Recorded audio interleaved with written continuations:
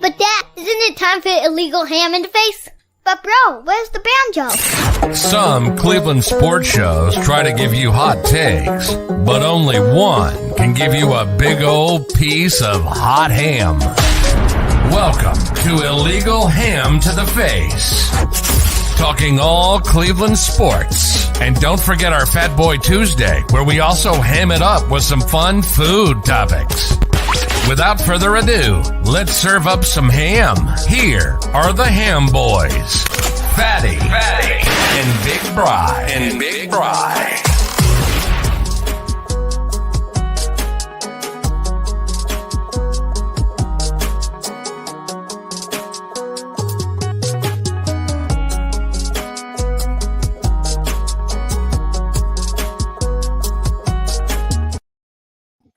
What is going on, everybody? Welcome on into Illegal Ham to the Face.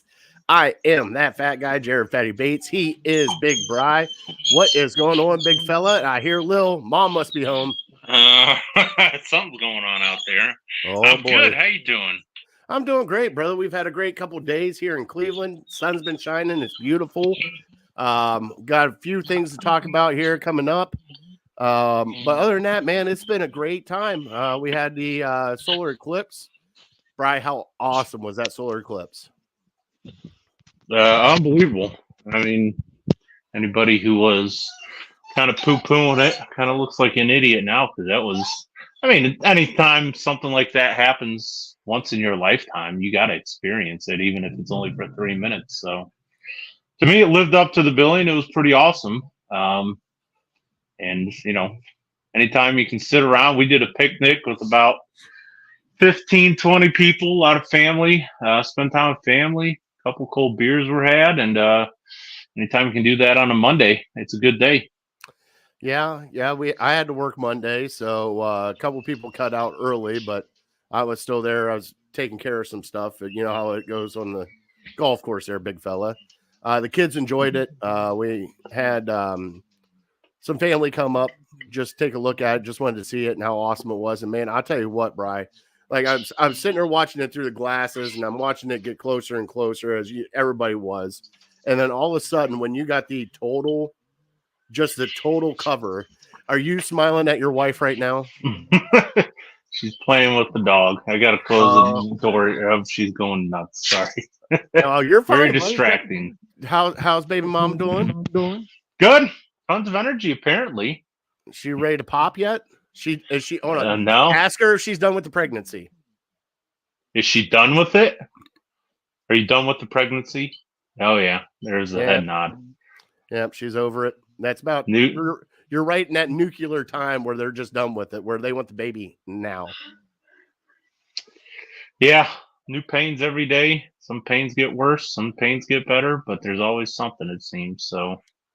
Are you taking the back rubs and rubbing the feet and everything like you should do as a wonderful husband that you are? I would say I'm probably doing it too much. You would probably say I'm not doing it enough. So depends on who you ask. That is true. I understand that. Bri, just in case, here in the next couple of days, we got a massage gun from like Amazon for like $20. You ever see those little we got one. Wonders? Yeah. Use that we got one as much as possible. I worry. And she does. You don't put her on the front, buddy. You don't. Even on the back, man. I get nervous with all the vibrations. I don't know. Call me a nervous dad.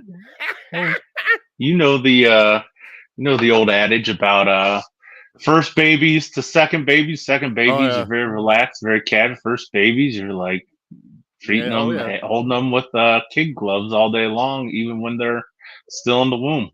Bubble wrap and everything. Just that kid ain't going nowhere. Anything. Yeah, right. All right, we'll get back to I'm sorry. I'm sorry. I just love babies. I'm so happy for you. I'm excited about the date coming up. I mean, you got what? You're on the final countdown. You got about 3 weeks left? About a month, a little over a month. So, but we're in that window. I think I was talking to Phillips at the diaper party. He said his wife went 7 weeks early. So yeah, we're within the 7 weeks. All right. Well, hey, right now you're kind of in the good threshold, though. You made it pretty good so far. A lot of people don't. Oh, believe me, I know. Believe me, every checkup, every doctor's appointment that goes well, I thank the good Lord for that, because it's You out of got my to. hands. It's out of everybody's hands. It's when that baby wants to come. Yeah. You could be like me because I think I hibernated. My mom always told me that I was supposed to be around the first week of April, and she said you hibernated in there for like another 2 weeks. She goes, they finally had to induce labor to get you out. I'm like, well, obviously I didn't want to come out. Oh, I was the opposite. I came out off very early, so we're a little on the opposite ends of the spectrum there. Yeah, she said I came out looking like a Thanksgiving turkey. She's like, you're like 10 pounds. You're 22 inches long. I'm like, yeah, I'm sorry. Sorry about that, Mom. Covered in gravy from birth, huh? Just, yep. Everything coming out. It wasn't even screaming. It was like a squeal from, Deliverance. All right. So going back to the total eclipse, the solar eclipse, man, it was as soon as we got totality and you could take the glasses off and actually look up at the sun and just see how awesome that was, Bri. Like it's a lifetime experience that you'll never have. I do have to say for everybody that overshot the packed roads and everything else that was going to happen here in Cleveland, and especially $80 parking downtown, Bri. What the was that? That's a Browns game. Oh my God, that's ridiculous. I heard people were tailgating in the muni lot for it. That's Cleveland for you. I love that. There it is. And people setting off fireworks like it's the 4th of July. We had a whole bunch of those. We shot the goose gun at work. Scared the crap out of some people. So it was great. I enjoyed every minute of it. Once in a lifetime thing, Brian. We're probably not going to see it the rest of our lifetime. I'm glad my kids got to enjoy it. Maybe they get to catch the next one before it comes back. But as right now, dude, what an amazing spectacle. I'm so glad that I was able to stop see it. I am so happy that the rain moved out and then it was just straight sunshine, because there was questions about that weather front and it was supposed to stick around a little bit longer. And they're like, you might see it, you might not. And, thank the good Lord that he came through with a wind gust, and there it was, just one gorgeous spectacle for everybody to see. Yeah, I mean, Sunday and Monday were two of the most beautiful weather days of the year so far, I think. So I took advantage of it. We did a little pub crawl here in Medina. Aunt and uncle were in town from Chicago, so we kind of just meandered around the city, walking from bar to bar, and I found out that 6 bars on a pub crawl is about 1 or 2 too many for me. Nice. I ain't as good as I once was, that's for sure. I want to let everybody know we are recording right now. Bri had to change his schedules due to baby coming up, so he'll be in Erie this week. So we're recording on Wednesday. So as of right now, the Guardians are playing. The Cavs are probably playing right now too, I believe. So we'll get into that stuff here a little bit later. We're going to talk our top 3 hot dog toppings. Okay. Now it doesn't have to go all together, even though we got a whole bunch of responses with all 3 together, but just your favorite hot dog toppings that you like on a hot dog. We'll get into that. Fat Boy Thursday, we have to reinvent the weird desserts stuff that I brought up last week because we didn't get into it. We are going to talk Cavs. We are going to talk Guardians losing their ace for the year, which is killer. We're going to try to talk Masters. We're going to talk NCAA men's and women's championship. And if we have time, we'll start talking a little bit about the Browns draft. But this is kind of all around show for us. And this is a kind of fun show for me and Bri to do because, we're kind of in that doldrum season where everybody's kind of talking Browns draft. We kind of know what they're doing. They don't have a first round pick. They don't have the number 1 overall pick. So we can kind of veer off and do some fun sports topics that we like to do, like especially the men's championship and the Masters coming up, actually starting tomorrow on Thursday. So, Bri, do you have any shout outs this week, brother? I kind of already got into them, so I'll pass it to you for that one. All I got to do right now is I got to shout out hkeehl and Lake Erie APA. Got to shout City Dogs of Cleveland. We have plenty of dogs to show tonight. for our trivia. Everybody, the kennels are full. They've had a past couple days of an influx. I got about 20 pictures of puppies available for adoption. And we'll go through that at trivia. So if you can, please go adopt and help out City Dogs Cleveland. Got to thank my beautiful wife for everything she's done this past weekend and everything. Hopefully she gets on the dude. She pinched a nerve somewhere. She is not a happy camper right now. And I'm telling you what, when it snipes you, Bri, it snipes you good. And she's been like this for a couple weeks now. It's not good. Mm-hmm. So trying to get that fixed. Boys got their report cards. They did very well. So I, shout out to them. Sweet. And then other than that, that's all I got, bud. It's springtime. It's beautiful out. Go enjoy the weather when it's not raining because, hey, next up, summer, 90. Gotta love it. Can't wait. Can't wait. The Masters, to me, the Masters is like the start of it all. Oh, I know. After this, hopefully, and certainly we live in Northeast Ohio, so we still could get snow. And we've certainly seen Aprils and Mays where it just rains 4 or 5 days a week. And so it could be disgusting, but at least there's a window here for it to kind of open up. And who knows, maybe play a little golf before too long. Now, you'll have to refresh my memory, Brian, because I remember a spring where we had an unusual April. It was like 70s for it had to be 10 days in a row. No rain, no nothing. And then we got to May and it was like 40. It was like the May and April flipped and we just had a crappy year. You remember, it even snowed in May. It snowed in May. I remember May 5th, May 7th, maybe it's snowing. I remember, I think I was in Toledo at the time still. So it was like 2005, I want to say April 20th. We got like a foot of snow. So it's still a possibility, no matter how much we don't want to think about it. I know, but feels so good, especially when you get those 70-degree days, and especially for the Indian or the Guardians home opener. I keep doing it too, Bri. I keep doing it too. Guardians home opener, what a special turnout that was, and a big win for the Guardians that day. So, Bri, let's get into our show. Let's have some fun. We'll do our trivia. I'll play the sounder here in just a second, but our trivia is brought to you by City Dogs Cleveland. So if you can, please go adopt, help. And if you can't adopt, donate, volunteer, whatever you can do to help out. And Bri, also, Top Dog Tailgate. May the 4th be with you. May 4th. They're doing their tailgate at WJ Lodge in Berea. It is a $25 donation to go there, tailgate, drink beer, eat food. There's going to be other podcasts there. I know the Burning River podcast is going to be there. There's a few other ones that are going to be there doing a show. Go help them out, please. $25. It's nothing major. You get some really good food, get to hang out with a whole bunch of Browns fans, and you get to help out City Dogs Cleveland. So please go help them out. Bri, here is the trivia sounder. You ready? Yes, sir.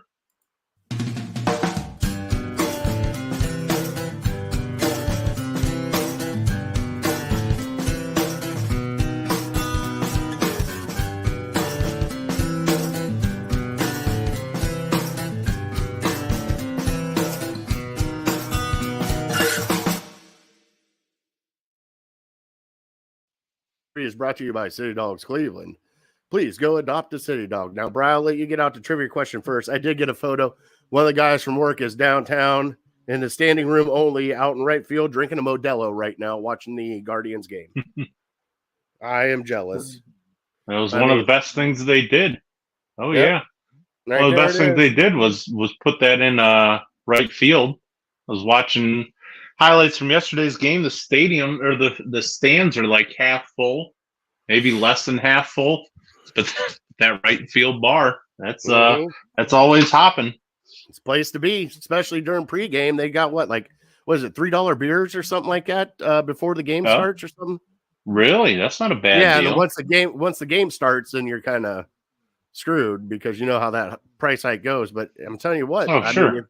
You go out there and just enjoy the game. If you just want to stand out there for even James, this is the guy I'm talking about. James goes there for at least 5 innings, just gets the room ticket, has a couple beers, and then goes home just to be there for a game, just to enjoy the ballpark. So if you can go out, it's a great time.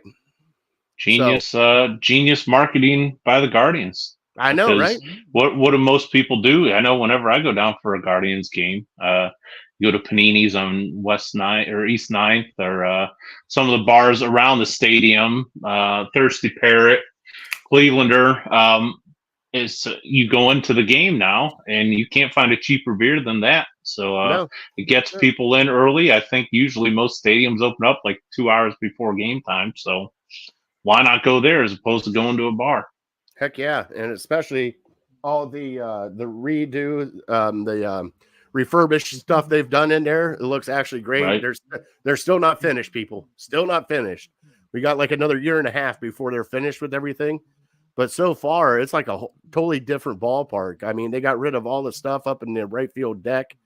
The cargo crates are gone. Yeah. You got no more of those out there. And the great thing is Bri, when you build a good ballpark and you just got to update, that's the best thing to do. And they're doing it right now with that standing porch on the right field. They got the home run deck there in left field with a whole bunch of stuff out there in left field by the bleachers. I mean, they're doing a lot of things. So I can't thank them enough for what they're doing there. And we'll get into more Guards baseball here in a second, but we're doing trivia. What am I doing, Bri? Trivia. Yes, sir. You want me to go? You got pictures of little puppies, or you want me to do the pictures now, or you want me to do pictures later? Yeah, do the pictures. We usually do the pictures first. All right. First off, take a look at all these beautiful puppies. Now, I don't have names, but all these puppies right here all need adopted. They definitely got an influx of puppies. Look at that beautiful puppy, Bri. And they're not all, the great thing is they're not all bullies. There's a husky in here. There's a shepherd in here coming up. But look at all these beautiful dogs that need adoption. They need love. Look at that beautiful boy right there, Bri. And then we got, like I said, I got a lot of pictures I'm clicking through. Here's my little ham hock right there. I like that one right there. Yep. And Beth told us, big and tall, fat and skinny, you got your pick of any kind of dog. Sure. There's a little shepherd mix right there. Yep. You know, you got it. I think there's a husky here coming up as soon as I find it. But I mean, all these dogs, like, look at that. Who doesn't love a belly rub, Bri? Look at all these beautiful dogs. There's a collie mix right there. Yeah, sure. Oh, here's the husky. There's the husky right there. I mean, look at, there's 21 dogs right here just available for adoption. And what I'm going to do is I'm going to put that banner up right down at the bottom. See it scrolling right there at the bottom? That's how to get a hold of them. It's their website, their phone number, and then right there at that tinyurl.com meet a city dog is how you set up to meet one of these beautiful dogs. So please go check out City Dogs Cleveland for us, Bri. And that's the last puppy right there. That looks like an Oreo cookie. Mm-hmm. Man, now I want a double stuff, Bri. Anywho. Yeah. Bring it back. Bringing it back. All right. So I got a trivia for you again. It is not football like you know I like to do. Well, kind of football, but not NFL. So it kind of goes back to the college basketball. And this year, Alabama made it to the Final Four. So they became the third school since the college football playoff inception. So the last 10 years. What, Ohio State won it 10 years ago? 2014, was that the first one? 15.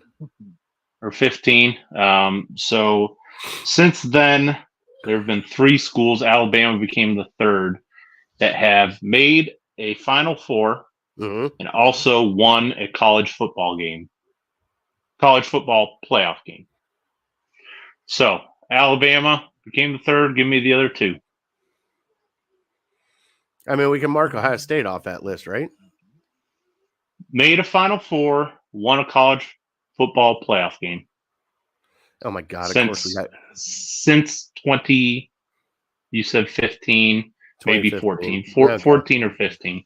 So of course, last 10 years basically. course, Michigan's in this.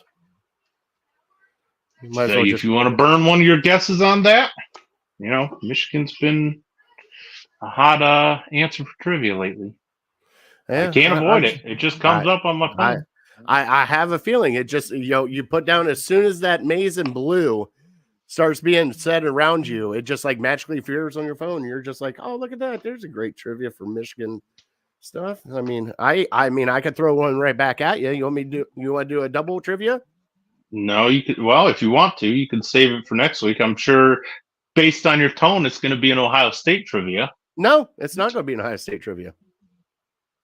What you got? The Big Ten right now. The Big Ten has been 0-8 in the men's and 0-12 in the women. Well, with combined men's and women's since 1990 in the national championship of college basketball. Who was the last Big Ten team to win the national championship? That's wrong.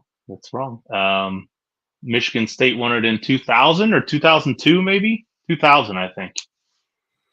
I thought it was no. Yep, you're right. Okay, Team Cleaves, Charlie You're Bell, right. maybe. So it's one and okay. Somebody said it on the radio today, Brian. I thought it was a gem. Obviously, I was wrong. Nailed it. But I would. Do I get bonus points for that? Of course, you get bonus points. You get an extra slice of pizza, big fella. That was back when I know Michigan and Michigan State are kind of bitter rivals now, but at the time I was, maybe 15, 16 years old, so I didn't know any better. I kind of rooted for Michigan State. I was a big Mateen Cleaves fan, Morris Peterson. Yeah, I was happy when they won it. Yeah, I was too. Unfortunately, that Ishbia guy was on the team too, and he's kind of a D-bag. Well, He's a major D-bag. Yeah. There's no question that dude is. There's no question about that. He is scum. All right, let's get into Cleveland headlines. Christ, Brian, we're already 20 minutes into this. It's going to be, I don't think we're talking Browns tonight, buddy. We're just going to talk everything else. I'll be.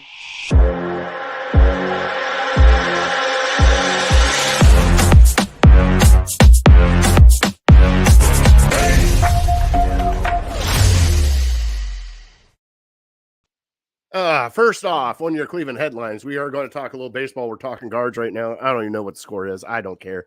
Because the guards, after two stellar starts, Bri, stock couldn't be any higher.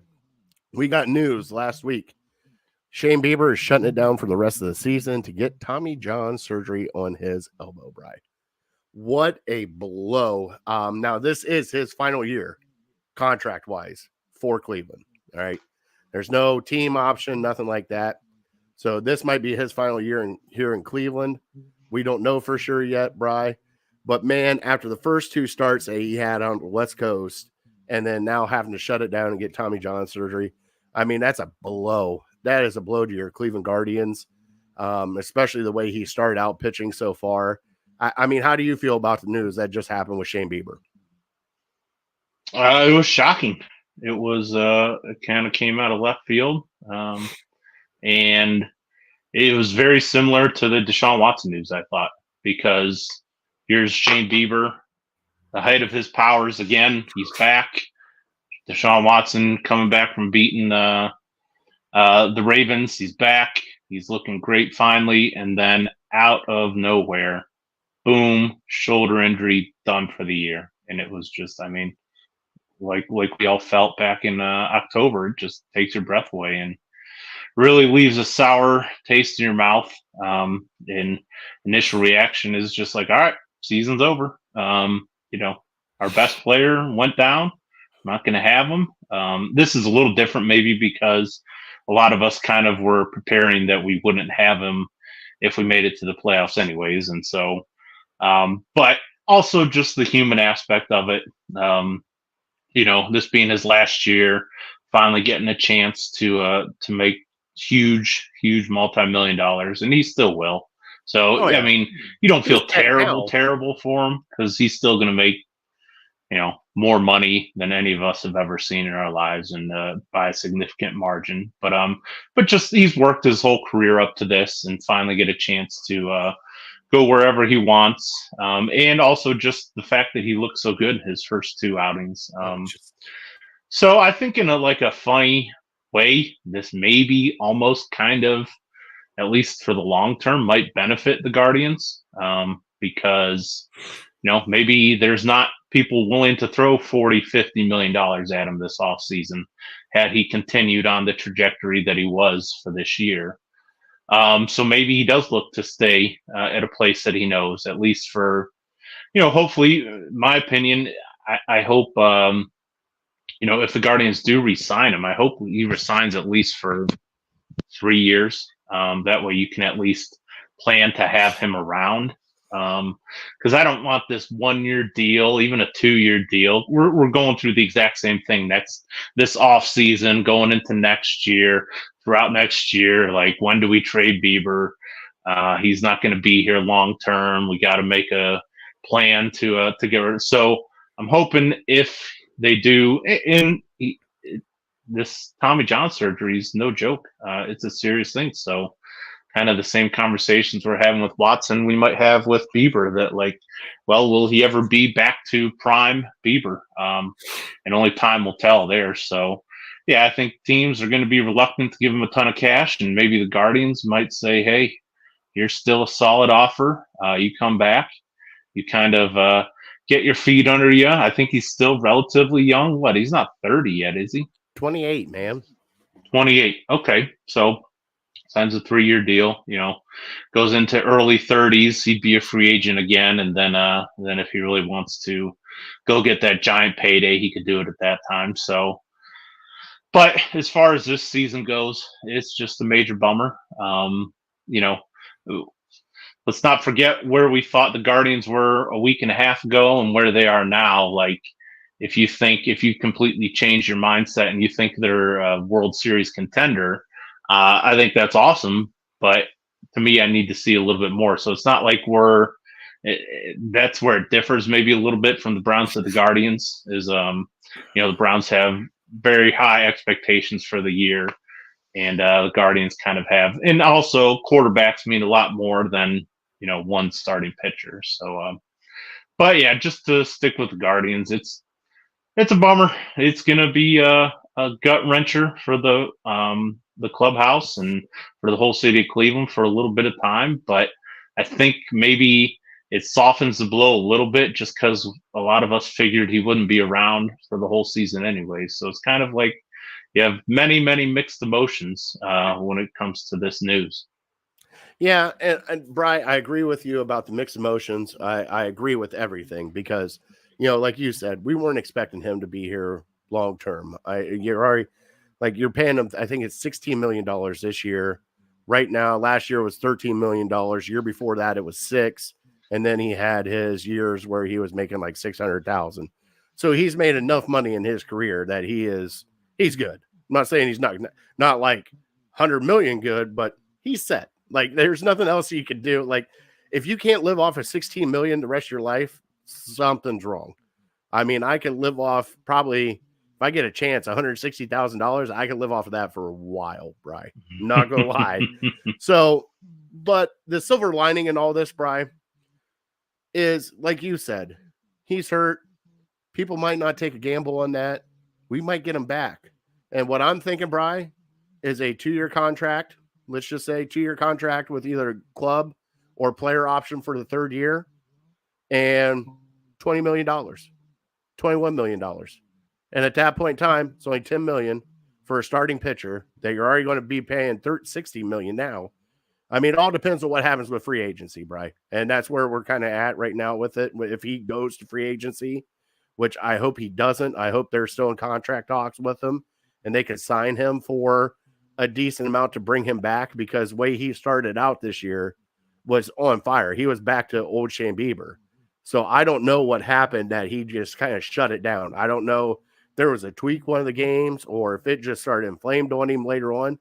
It seems weird as shit, Bri, because like he was lights out Shane Bieber those first 2 games. He only threw 83 pitches both games. He had 20 some odd strikeouts. Like, right. He was unreal. And then now this happens. It's like, man, it's just probably, let's be honest, it's a kick in the dick for Guardians fans, because you're at least hoping to see him for half of the year before the trade deadline. And that half of the year could have got you 10 wins, 15 wins before the trade deadline, which this team needs. Now, On the backside of this, Brian, what really sucks, though, is we keep saying, hey, we just groom pitchers like crazy. Just pluck them right off the tree, and they just pitch like crazy.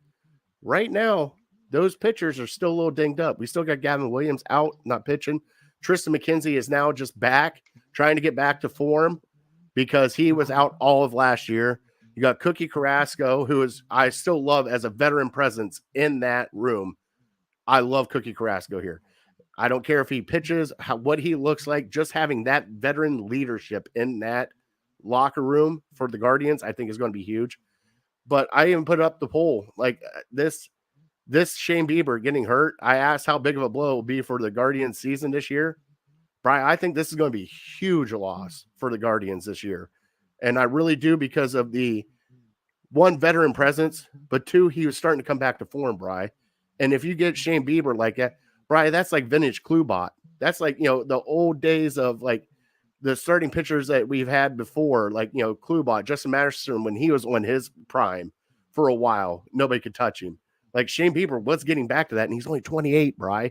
It's not like he's 36. It's not like he's still right in his prime window between 28 and 35 as a starting pitcher. I mean, Christ, look at Justin Verlander. I think he's 56 years old right now, right? Like, you know what I'm saying, though? But, I mean, this is where we're at right now. But if you can get a good deal and extend him while he's recovering and everything else, Brian, I would take a 2-year, $20 million deal with him if he would take it. I'd be shocked if maybe 20 mil a year. But I would probably, I don't know much about baseball. I'll be the first one to tell you, but I would think 25, maybe 30 million. I know he's coming off a major surgery, but he's been an ace in the past. And the way Boston and Chicago and LA, New York throw around money, I would imagine one of them will take a chance on him for 20, 25 mil a year. Yeah, no, I get that. I think it'll be a small contract and for his next contract and to see if he is back to form. Like you said, about 31, maybe get another contract. I think that's kind of where they're at with it. I mean, I hope the Guardians can sign him. I'd love to have him back, Brian. I would absolutely love to have Shane Bieber back here. But like you said, it's all about the money and who we can match. I mean, Brian, even if he's still 60 day. I don't know if they could trade him on the injured list, though, Brian.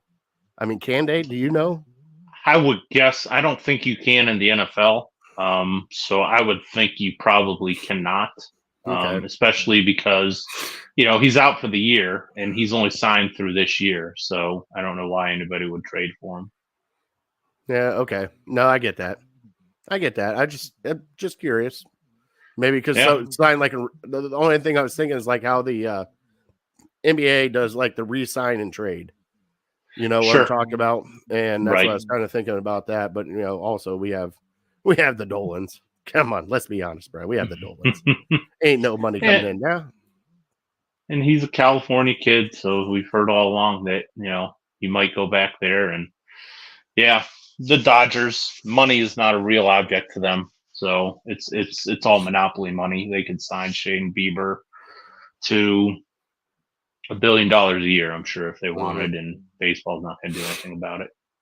All right, next thing up on the docket, Bri, your Cleveland Cavs, Brian. I'm taking my glasses off for this one, Bri, because I don't know what's going on with this fucking team. Not having Donovan Mitchell has been an eyesore and an eye-opener for this Cavs team. And I didn't want to think it was going to be this bad, Bri, without him being in the lineup and how they look. But, Bri, it has been god freaking awful. You blew a 26-point lead the other night to the Clippers. 26-point lead. Clippers come back and win. You had the Lakers. Like, it's just like you're watching this team, and they are just self-imploding right now. And it looks like they are not playing with any heart. It looks like they don't even care about the regular season, which most NBA teams don't. I get that. But I'm telling you what, Brian, if the playoffs come around and they go to roll this ball out on Brian, we've went from second place in the East. I think we're sitting 6th right now. Is that right? Ugh. And we would have to play the Magic at the Magic. There might be a chance we have to play the Knicks. And the Sixers got Embiid back, and they're looking like a juggernaut again. You were right about that. Hey, Bri, high five on that one, Bri. You knew it. 76ers getting Embiid back. But I'm telling you MVP. what, if Donovan Mitchell is not right going into this playoff series, Bri, it's going to be one and done. It's going to be one and done, and then that's it. It might not even be a one and done. It just might be done in the first round. Like you might get, dare I say, you might get swept in the first round. And at that point in time, Bri, everybody's head's on the chopping block at that time. I would have to say so. I mean, Kobe Altman, you've been talking about it for now. JB Bickerstaff, Darius Garland, Jared Allen.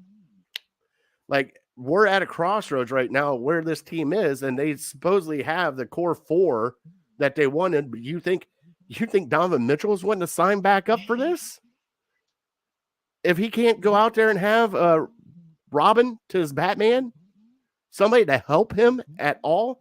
Now, granted, Mobley is playing aggressive the past few games and actually scoring. But where was this at throughout the rest of the year? He was hurt. He was dinged up.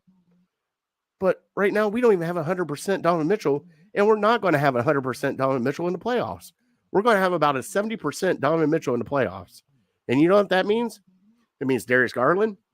It means Evan Mobley, Jared Allen, Max Strus, Niang, Merrill.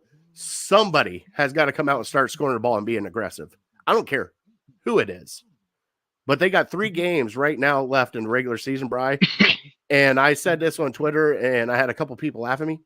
Bri, it's gut check time to see if you actually want to try to advance this team and see where they're at mentally for one, physically for the next, and see if they're going to be soft going into the playoffs again. And we hate saying the word soft. Let me do the soft going into the playoffs again, because that's what they're looking like right now. They are soft.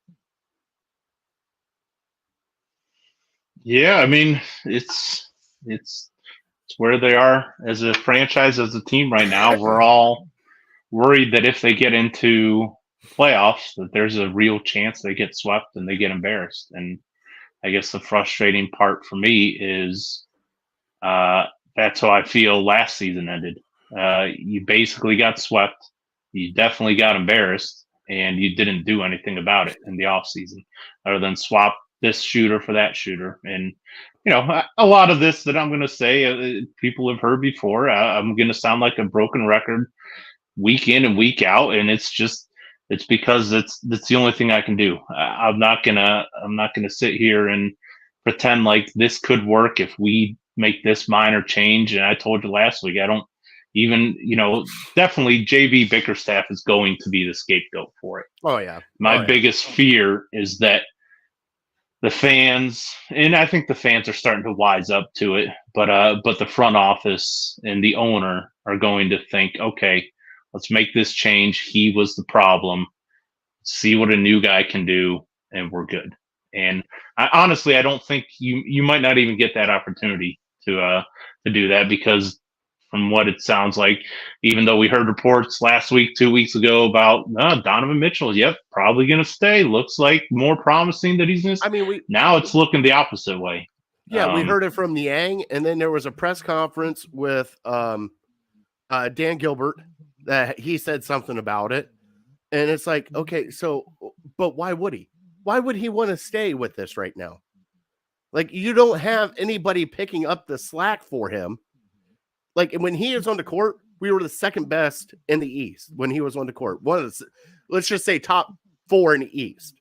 When he is off the court and has been injured, Bri, this has been a totally different team. Like, it has been horrible. Yeah, and it's like I was thinking months ago that this is more of a LeBron James Cleveland Cavaliers situation than anybody wants to admit and give credit to. It's you have one superstar and you have a bunch of nice role players around him. But the thing is, he's not LeBron James, though. He's not Oh, I know, LeBron and that's why James. you're not going anywhere in the playoffs. If he was LeBron James, he'd take you to the finals. He'd throw the team on his back. But I'm just talking about the people around him Yeah. are more similar to the difference is the teams with LeBron had a ton of experience around him. Even though, you had J.R. Smith who'd make boneheaded play once in a while, you had veterans around him. Whereas here, we have a bunch of young guys with a ton of potential. And but when they get pushed around, when push comes to shove, nobody's stepping up. Nobody's, Darius Garland has gone into the tank. And like I said last night, I don't know what you can get for him in a trade at this point.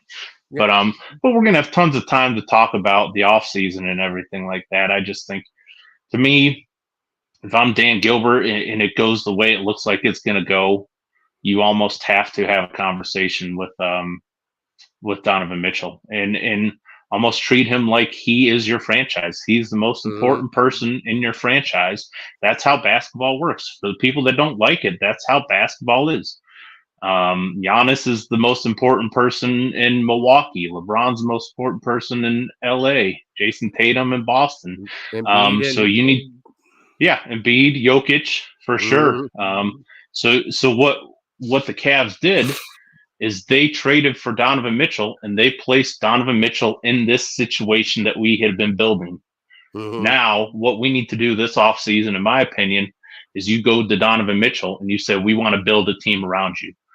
If you don't play well, you don't think Jared Allen's skills, mesh with your game, he's gone.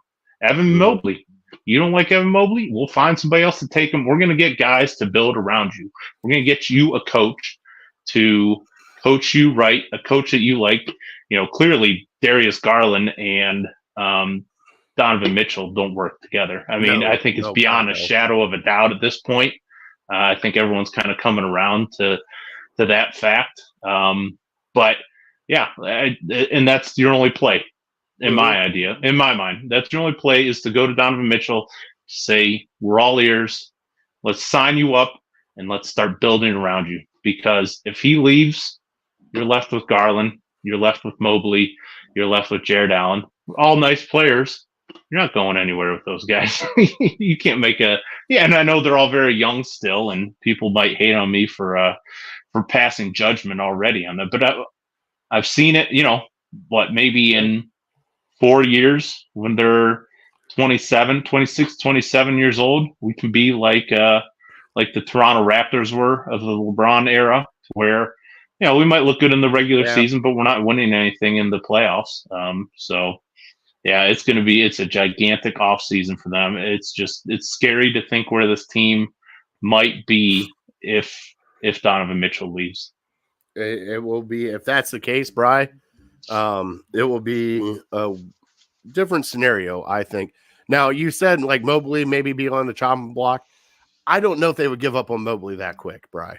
I don't think they want to, but I think if that's what you have to do.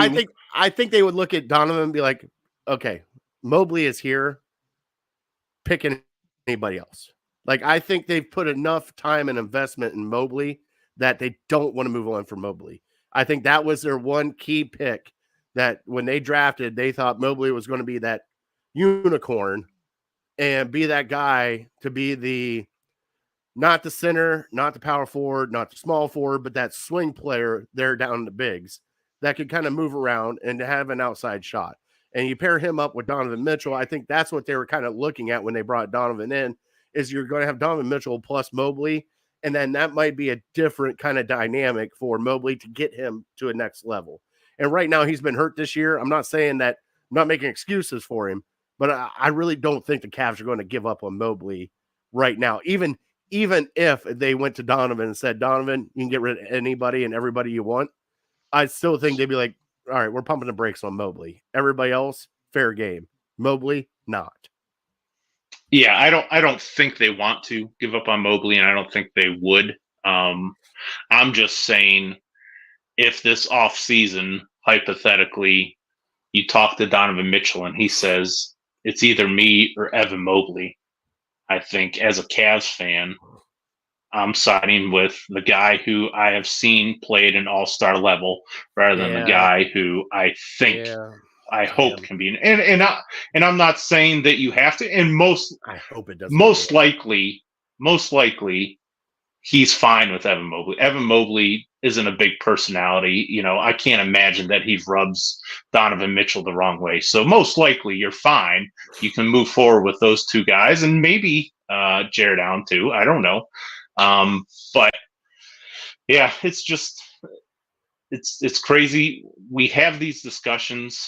Does this team work? Do these two guards work together? Do these two big men work together? Is this team soft? We have these discussions, but deep down, we all know the answers to it. You know, we're just wasting our breath talking about all these other things. We know what the issues are. The Cavs just refuse to make these changes, and call it being stubborn, call it not having many other options. I don't know what it is. I mean, we're seeing big men in the NBA. If you can't play outside of 15 feet, you're almost useless. I mean, Zach Edey, we just saw Zach Edey dominate college game, and he probably won't even get drafted. Or he might be a second-round pick or something like that. We see these college centers year in and year out always go much later than they should go in the NBA draft because nobody wants a – what's that? You don't think him, of all people, would go in the second round, right? Edey? Yeah. It's a different game. Nobody has a big man. The reason Wembanyama went so high, he's 7'5", he's the same height as Zach Edey, or Edey's 7'4" or something, because Wemby can play the outside. You know, he's mobile. He's like 210 pounds at 7'5", right? Too. Edey's Arvydas Sabonis. I mean, not even Arvydas Sabonis. He doesn't have an outside shot at all. So like a Yao Ming. The Cavs trying to make it work with, you know, I'm with you. I still have hope for Evan Mobley, but Jared Allen's the guy that you know, you have to evolve your game, because right now in the NBA, if you can't play outside of 15 feet, I don't care how good you are defensively. It's just you're a role player at best. Yeah. All right. Well, hey, you did a great transition over into the college basketball, Brian, because there you go. Now we're done with the Cavs. Now, Brian, I am going to try. I've reached out to a couple people for next week. Next week we will be live, correct? Yes. Yep. I am trying to get Sam Amico on our show next week. Oh, wow. Yeah, he's good. Us. So I'm going to try to get him on. If I cannot get him on, I will reach out to our boy Kevin Arnold or Zach Weiss to get a little matchup for the Cavs for a little 10-minute quickie interview for our Cavs postseason and see what they can do. But college basketball has been the mecca right now. March Madness is over. UConn beat Purdue in the men's side. South Carolina beat Iowa on the women's side. Cleveland showed up and showed out for the women's Final Four in the championship. What a beautiful display that Cleveland put on for everybody. Downtown was a buzz. 18 million people tuned in for the women's championship, which is one of the top rated. I think 15 million tuned in for the men's championship. But that's kind of biased because they started at 9:20. Who the hell starts a men's basketball championship at 9:20 at night? Brian, they've been doing it for years. They do it in the NBA Finals. Remember when the Cavs and the Warriors were playing together? That's when their games would start. Yeah, but why would you? Well, they had, because it was on the West Coast, though. No, I mean, even games in Cleveland, probably the earliest they would start would be 8:30. But most of them start like I can't stand it. Why not? I think it should all be 8:30. It's 5:30 on the West Coast. The women's championship did it right. 3:30 on a Sunday. 3:30 on a Sunday. They did it right. 4:00 on a Sunday. You know, that means you're either out of church on the West Coast watching at 1 p.m. or you're at 4 p.m. here right before dinner, watch it, and you can actually sit down with your family and watch a game instead of 9:20 at night going like this with two picks in your eyes going, I could stay awake and watch the rest of this shit. You can't. We both wake up early in the morning, Brian. Did you even stay up for that championship game? I did. As stupid as it was, I did. I know, and I got probably less than 3 hours of sleep. So You silly bastard. it was a terrible decision on my part. For whatever reason, I did it. But yeah, kudos to the women and their marketing team it's not that difficult, really, if you think about it. If it's good enough for the NFL, they play their championship games at that same time so their biggest games of their year, they'll play at 3:00 on a Sunday. So if it's good enough for the NFL, why wouldn't it be good enough for every other sport? Hey, Super Bowl Sunday, 6 p.m. 6 p.m. Sure. Perfect. 6 p.m. on a Sunday. Perfect. Why don't we have the national championship game right then? It's good enough for the Super Bowl. It's not good enough for men's college basketball. It's not good enough for the NBA finals or the World Series or something. It's stupid. I mean, we're probably biased because we live on the East Coast and it's just a giant pain in the butt, but at 8:30, 8:20, Monday Night Football, something like that. That should be the latest any game should start. Well, I love the text I just got from one of our teammates at Network 216. Said the Cavs have completely quit on JB. Fire this dude now. Just pull the trigger. Right now at halftime, they were down 51-46 to Memphis. And now they were 18-point favorites. And right now the White Sox and Tribe are tied in the 6th inning, 5-5. Oh, nice. Here we go. So we got some good news. Yeah, did you enjoy it again? Did you watch the women's game, Brian? I did. Like I said earlier, I was on a bar crawl. So what do bars have? They have sports on TV. Right. So, yep, I watched it. And, Iowa got off to that hot start, 11-0. But yeah, in basketball, that's nothing. The teams go on runs all the time. So you kind of figured, and in this case, it mirrored the women's side, mirrored the men's side. You had the best team all year playing the best player all year, and the best team ended up triumph over the best player, and it turns out it wasn't that close. What was I can't remember. Did South Carolina win by 10 or 12 or something? UConn won by like 15. I know Caitlin Clark came out and was hot. She had like 18 points in the first quarter and then only had like 12 the rest of the game. Like she came out hot and then just kind of like, but I mean, that could have been South Carolina's defense. Now, Bri, I did not watch the game. I was doing family things. Did not watch women's basketball. I did watch the Final Four game with LSU, though. I'll admit that. I watched that game because I wanted to see the Angel Reese and Caitlin Clark. But I'm telling you what, this all started, the women's basketball, and and everybody can bash me on this, and I'm fine with it. This all started with UConn. When UConn started making their runs of national championships and the 36-0s and the 48-0s and running through the tournament, and that all kind of started then. But now there's been like a transition where, and I think it might be because the women players stay a little bit longer than the men do. So you get a little bit more time with the women than what you would with the men doing the one and done and then going into the draft. With the women, you get at least 3 years with the women, 2 years with the women if you're really good before they go to the NBA draft or the WNBA draft. So it's kind of like, I think that's why the women's game is kind of pivoting to be more entertaining than the men's game because you have people to root for, Bri. I mean, Caitlin Clark was at Iowa for 4 years, one of the best basketball players the past 2 years. And just, you got to see that. You got to grasp towards that. For on the men's side, we knew about Zach Edey being 7'4", and just because he is a mammoth figure. But, Bri, honestly, I couldn't tell you half the other people that are in the college basketball men's side because I don't know anymore. It's not like it was when we were growing up where you would have, like a Christian Laettner staying around until his junior year. Or, it's one and dones and they're just come in, do that. All right, I'm going to the NBA. And it's like, okay, you have one good year. Like I even had it with Odin and Conley with Ohio State. Like I had for 1 year, that was it. And then they were gone.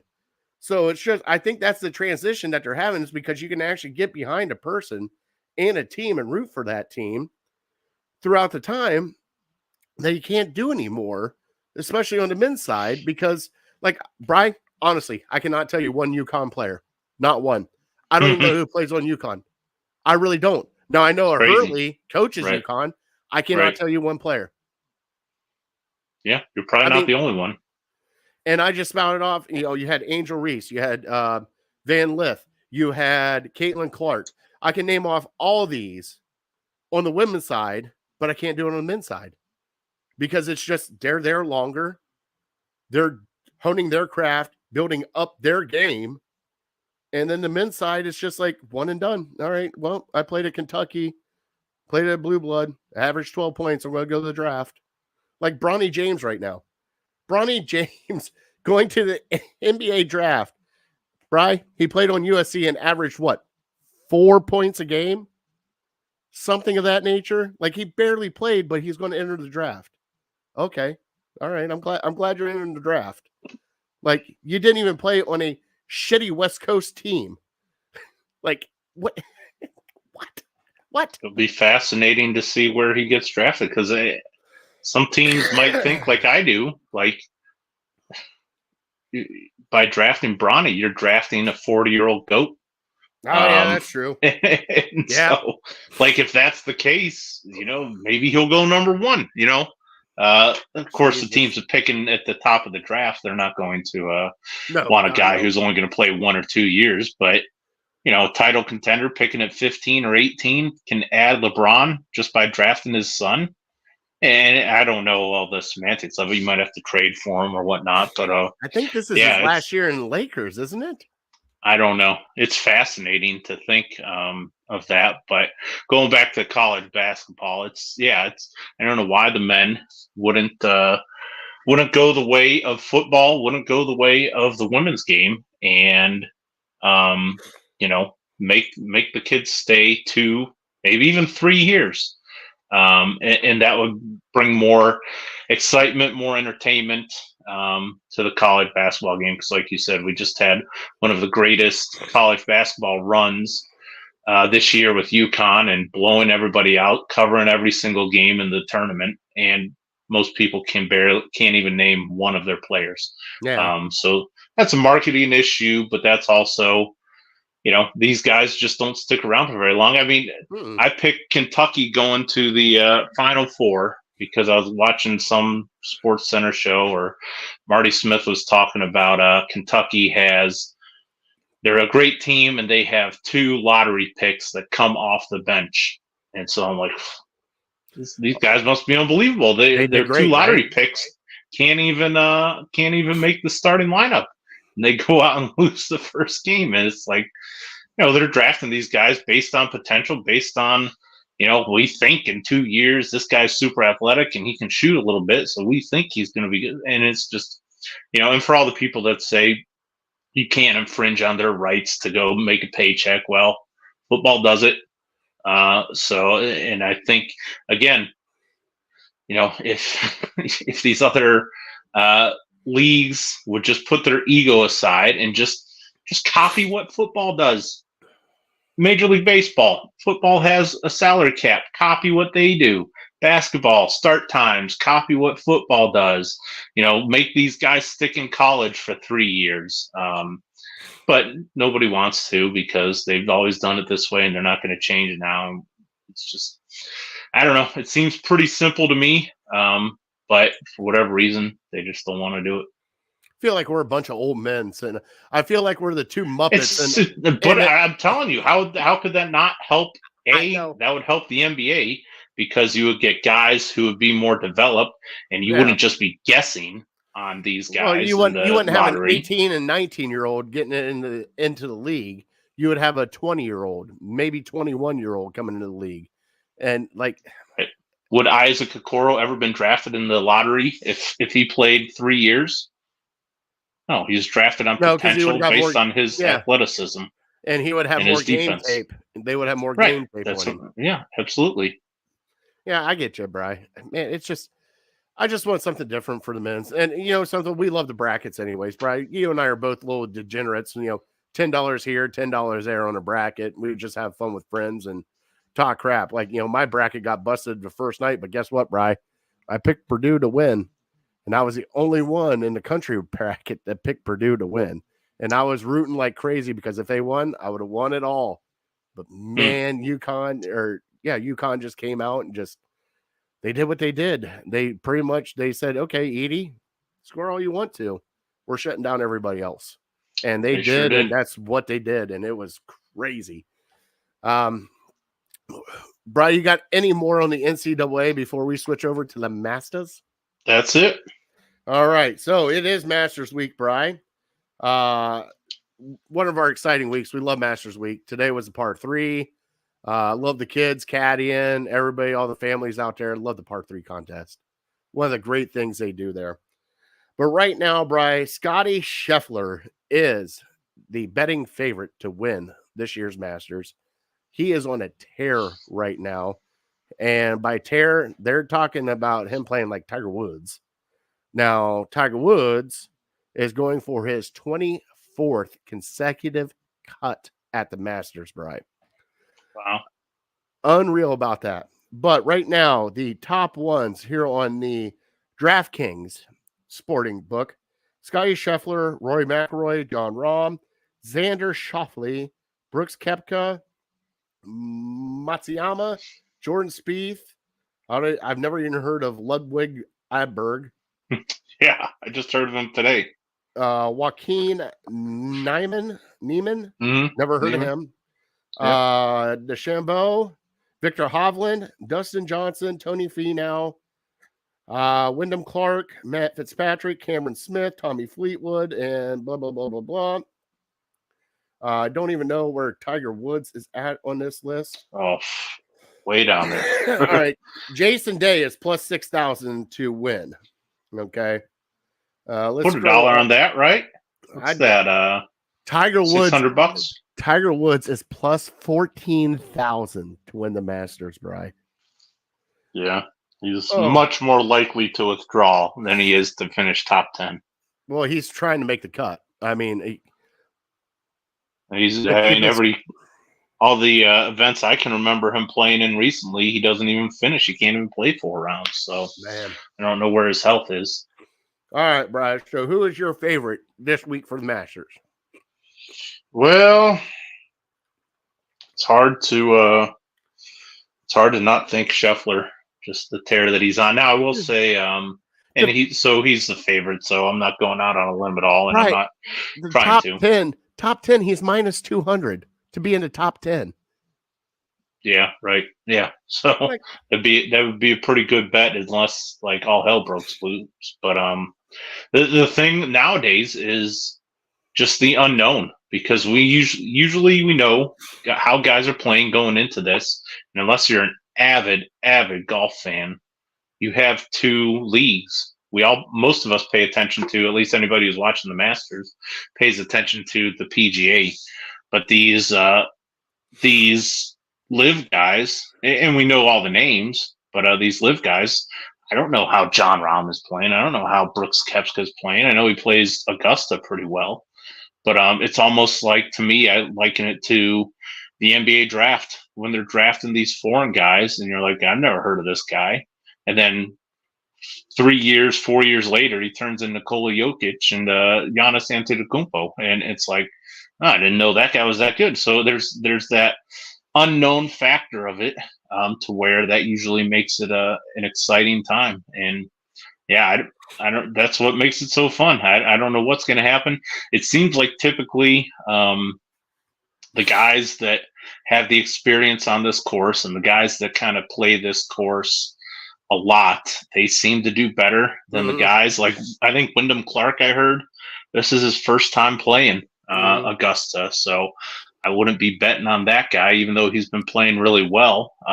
There's so many nooks and crannies, and the greens that drift. Like, you get a guy that's played on, like, let's just say Tiger. I mean, past years, Freddie Couples, Tom Watson, Jack Nicklaus, like all these guys are like older guys that have played this, have taken a charge the first couple rounds and been there at the end of it. Like, I mean, remember the year that Tom Watson came screaming up? Like,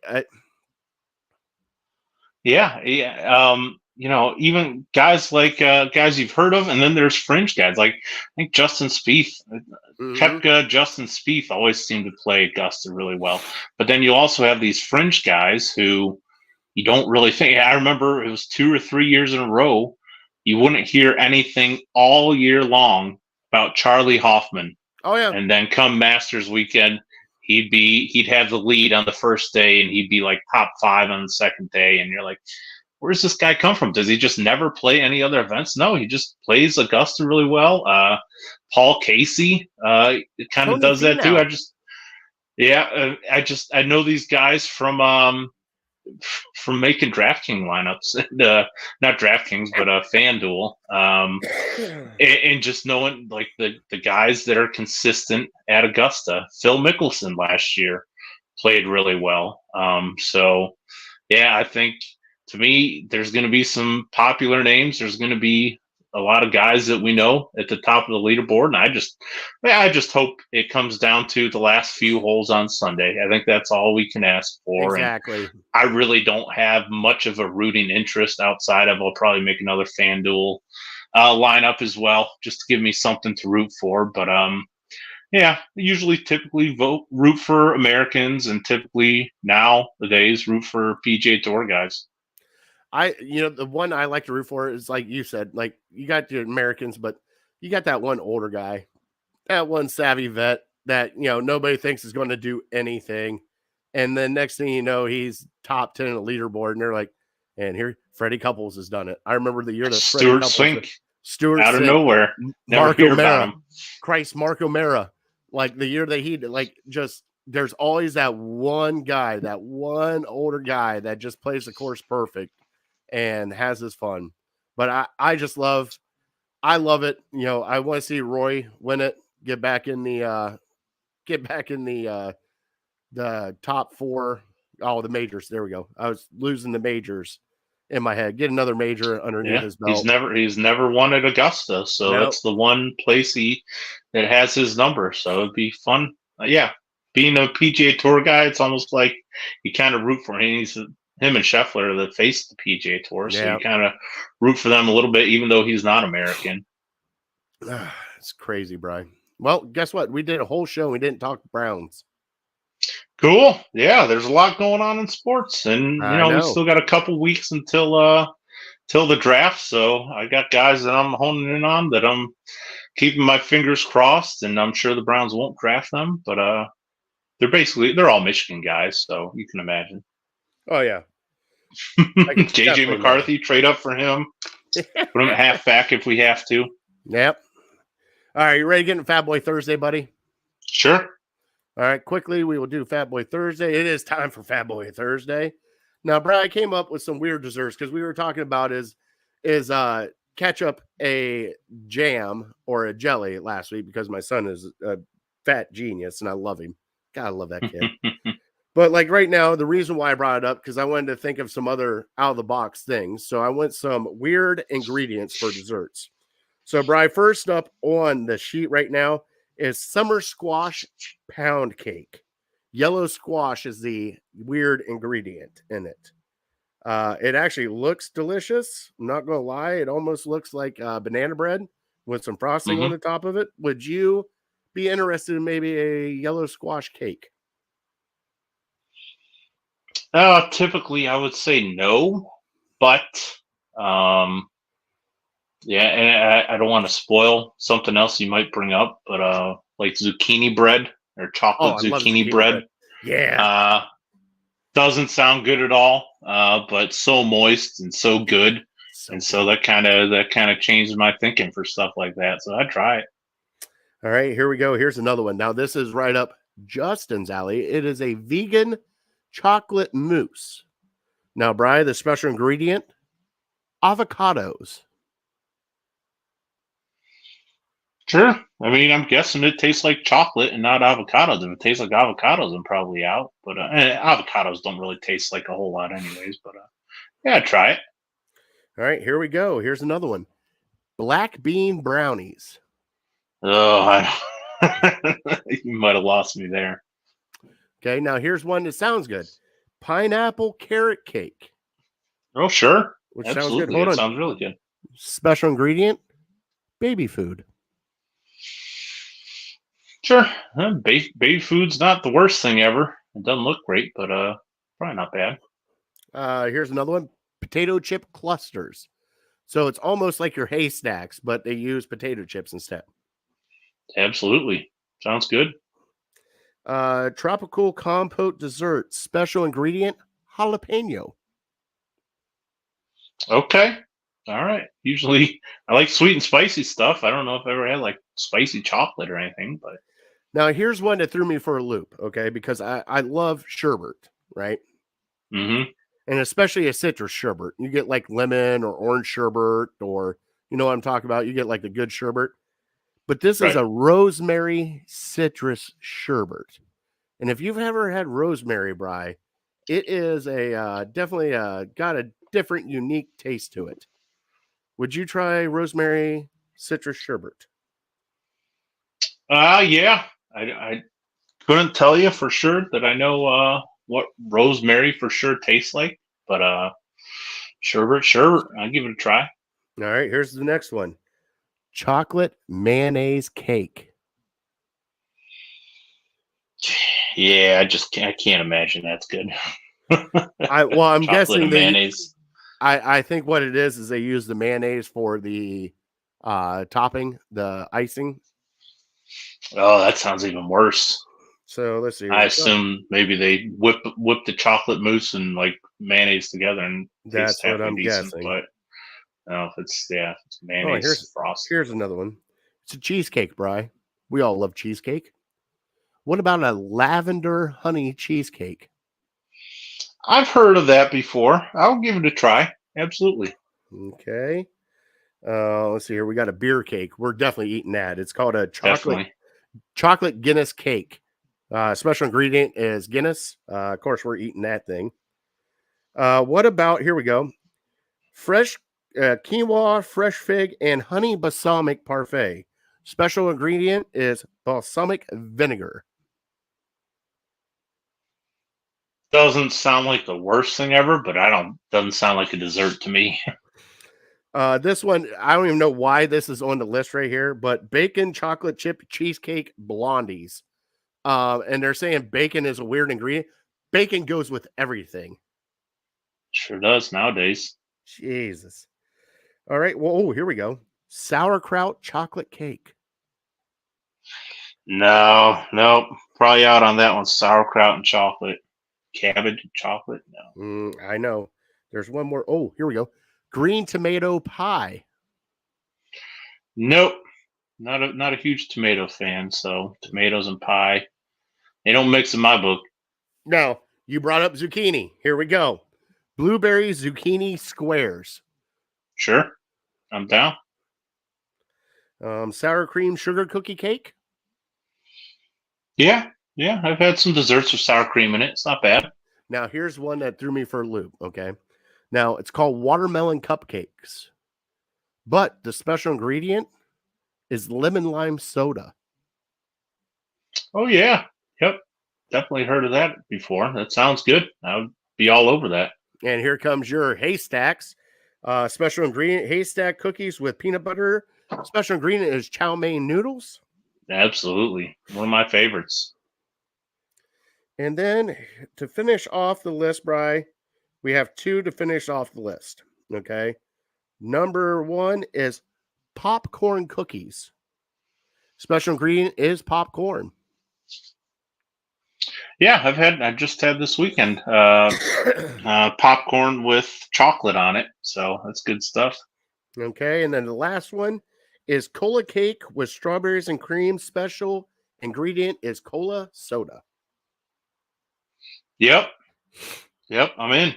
All right. All of them sound delicious. There was another one in there with tofu, and I was like, I'm not even going to bring that one up. We're not going to bring that a hard one no. Yep. But there's some in there, like Bri, I'm telling you, they all look delicious, like look-wise. Like if you put them in front of me, I'm going to try them because they look great. Just don't tell me the special ingredient first. Well, even like I'm surprised you didn't bring up. Of course, it's probably pretty common now. Strawberry rhubarb pie. Oh, well, yeah, that's common now. Rhubarb is not very good. If you ever had rhubarb by itself, it's not very good. But if you make strawberry rhubarb pie, it is freaking delicious. Right? Yep. Well, that's like the mincemeat pie. You know, people eat mincemeat pie. I don't even know if I know what mincemeat is. It doesn't sound very appetizing, though. Mm-mm. That's why I'm not like my dad loves pecan pie. I can't get into it. Like of all the pies in the world, and I love pie, Bri. I cannot do pecan pie. I'm with you. My wife makes a mean one, I'm told, but yeah, Can't I'll do it. eat it. But I'm not going. I'm typically probably not going for that over an apple pie or pumpkin pie, even, or something like that. Is mincemeat pie anything like potted meat? You know something, Bri? I'll look it up and we'll talk about it next week. Shout out to Jose. His potted meat. By the way, he's still eating that potted meat. Oh my goodness. Well, also, rest in peace, Blaha, with his canned oysters and everything else that he ate. You remember those? Gross. Yep. All right. Well, Bri, it is time for our top 3, and then we'll close out the show with our trivia answer. You ready? Yep.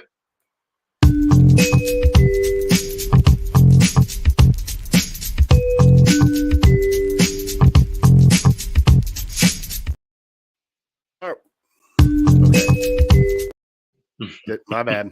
Our top 3 tonight, we are doing hot dog toppings, Brian. The reason why I brought it up is somebody put it out on Twitter. Is one thing that goes on hot dogs. And I want to know your top 3 for hot dogs we've had. Now, I told you they don't have to go together. They don't have to. You can just do your favorite toppings for a hot dog. Now, we've had people put them together. So, chili cheese and Nathan's mustard from our buddy and I think he's number 3 now, number 3 ranked world professional eater, Nick Erie, came up with that one. Also had a chili cheese and onions with that one. But Brian, I want to know yours. What are your top 3 toppings when you get a hot dog? What are your favorite things to put on a hot dog? You're making me rethink my list a little bit here. Okay, so I broke it up. So I'm not including any sauces in mine. But if you're asking me my favorite sauces, mustard 3, barbecue sauce 2, ketchup 1. So I took the sauces out of there. You're a ketchup guy on your hot dog then. Ketchup number 1. Yep. And then if I don't have ketchup, I like mustard too. I'll do mustard, but typically mustard and ketchup go hand in hand. So that's why I was like, well, if I'm just going to have one, I kind of move barbecue sauce a little bit ahead of mustard. Okay. So yeah, I'm rethinking it because you brought up the coney sauce.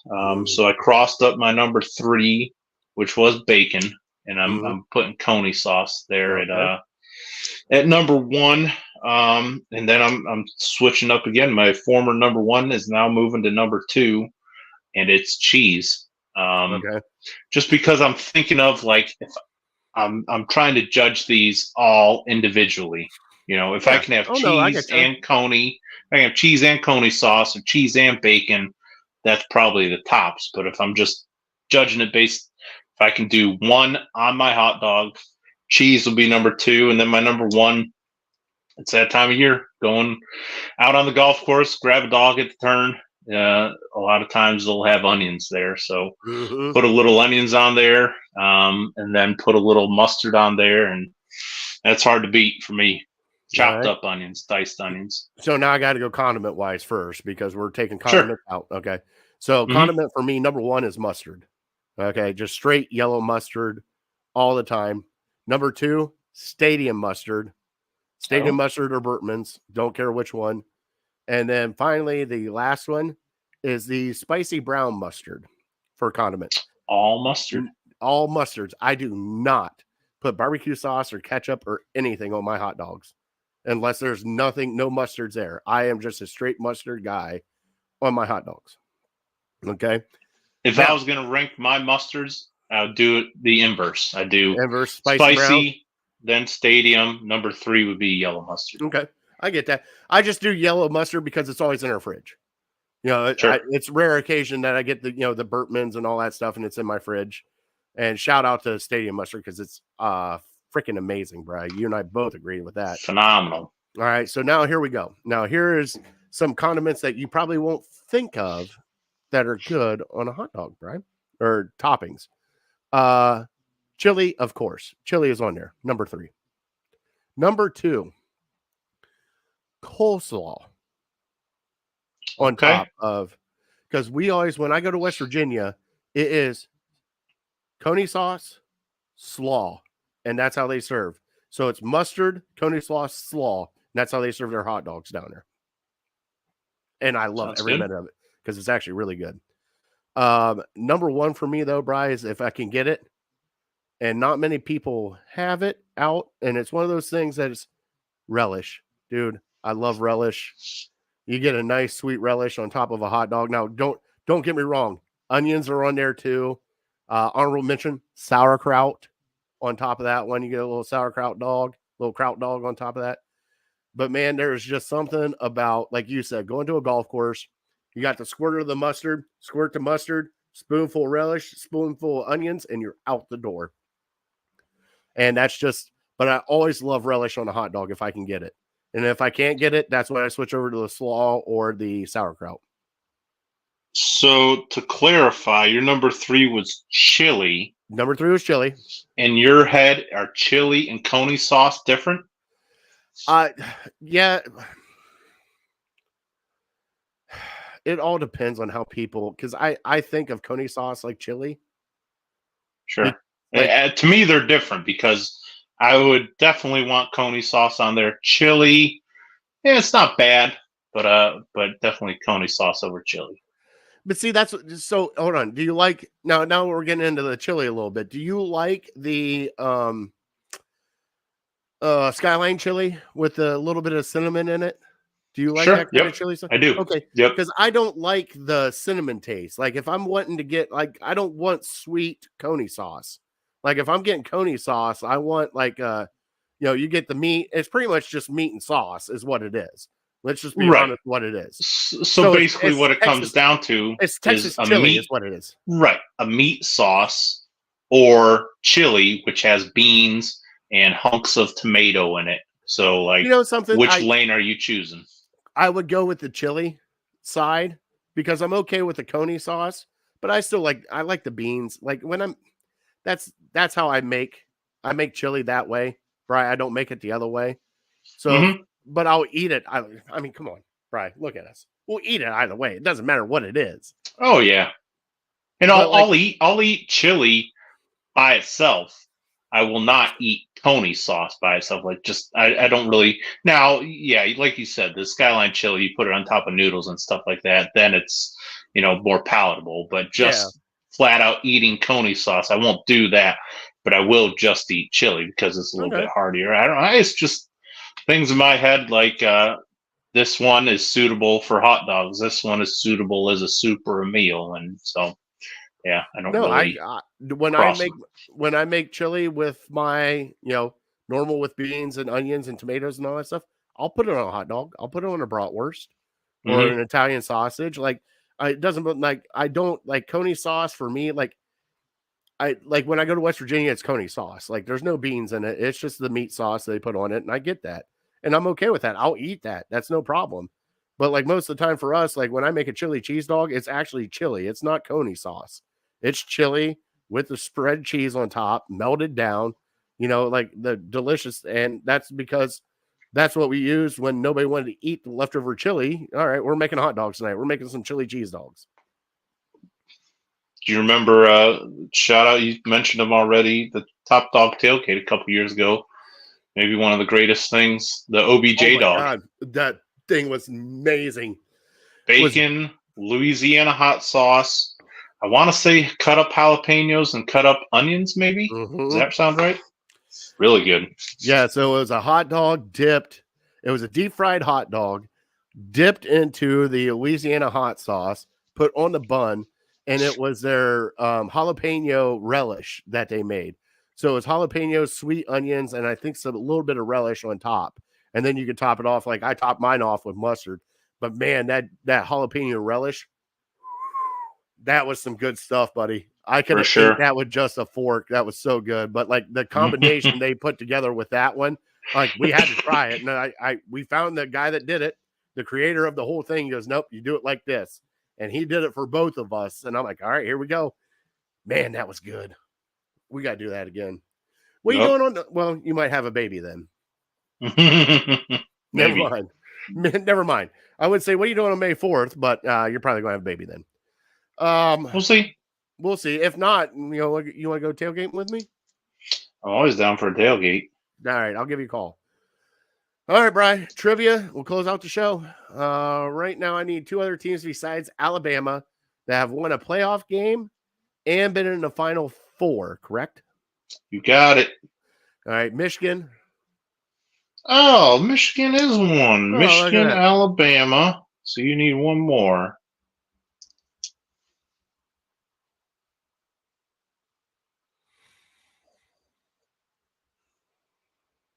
LSU.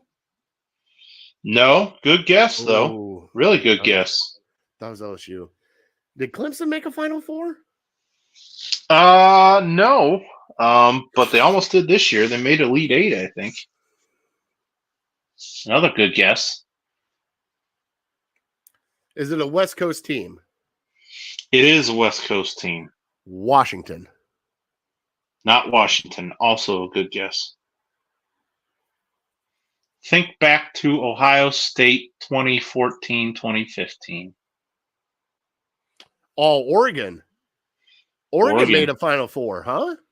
Yep. Okay. In 2017. Oh, It might have been shit, Dylan that's Brooks. right. That is right. Okay, Yep. great.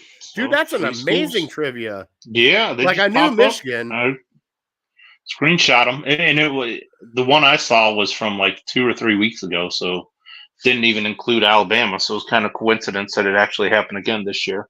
No kidding. That's awesome. Like, I knew Michigan was one of them. I wouldn't have guessed Alabama. Well, I would have guessed Alabama because this year. Because this year, like, right. Very Yeah, recent. but like Oregon, you don't think of Oregon as a premier basketball. That's why I was trying to think of like a West Coast team like Washington Huskies. They sound like they would be all right. That's great trivia, bud. Well, yeah, sure. All right. Like I said, please go help out City Dogs. Kennels are full. Please help them empty out. If you cannot adopt, please volunteer and donate. They will take anything you guys got. Bri, thank you for a great night tonight. What a great show. Catch us on Network 216, YouTube at Ham Illegal. Pretty much everything is at Ham Illegal. Facebook, all that stuff. Bri has turned out to be TikTok famous for a little bit right now because we do have a TikTok channel. So go check that out. Please give us a like, subscribe, 5 stars if you can. On that note, Bri, we want to thank our troops, first responders, for everything you guys do. Thank you guys so much for what you do to let us do what we're doing right here. We can't thank you enough. And on that note, Bri, God bless them. God bless you. God bless America. All right. We are Legal Ham to the Face. We are definitely uncorked, unloaded. We're out. See ya.